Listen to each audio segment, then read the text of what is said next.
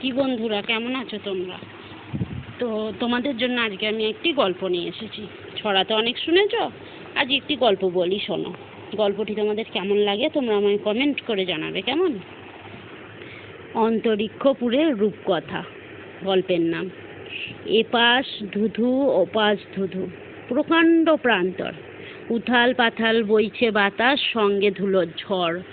গাছগাছালির চিহ্নটি নেই, কাঁকুড়ে লাল মাটি। হাওয়ায় হাওয়ায় চলছে যেন তুমুল লাঠালাঠি। দুপুর সবে গড়িয়েছে আর সূর্যও পশ্চিমে হেলতে শুরু করেছে, তাই রোদের তেজও ঠিমে। হঠাৎই সেই বিশাল মাঠের স্তব্ধতাকে ঢেকে হাওয়ায় ভেসে নামলো একটা মানুষ আকাশ থেকে। লম্বা গড়ন, মাথায় জটা, বয়সটা প্রায় 80। এক নজরে লাগছিল ঠিক সন্ন্যাসী সন্ন্যাসী। তাকিয়েছিল উল্টো দিকে চেয়ে, চমকে ওঠে অনেক ঘোড়ার খুরের শব্দ পেয়ে। চোখে পলক ফেলতে ফেলতে টগবগিয়ে 10-10টা ঘোড়া, যেমন লম্বা তেমন তেজি, রেকাবগুলো সোনার পাতে মোড়া, থামলো শটান সন্ন্যাসীটার গায়ের কাছে এসে। যুবরাজের জয় হোক, এই ধ্বনি উঠল ভেসে। টকবক টকবক আওয়াজ গেল থেমে। 10টা জোয়ান অশ্বারোহী লাফিয়ে এলো নেমে।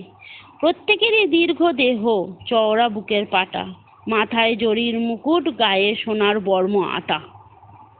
কোমর থেকে ঝুলছে হীরের চুমকি দেওয়া খাপের লম্বা তরোয়াল।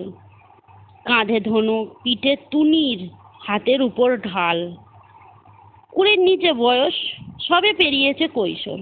দেখেই বোঝা যাচ্ছে ওদের মনে কত জোর। তারই মধ্যে একটা ছেলে একটু যেন অন্যরকম, একটু ভিন্ন। মুকুটে তার ভুবন জয়ীর রাজছত্রের চিহ্ন।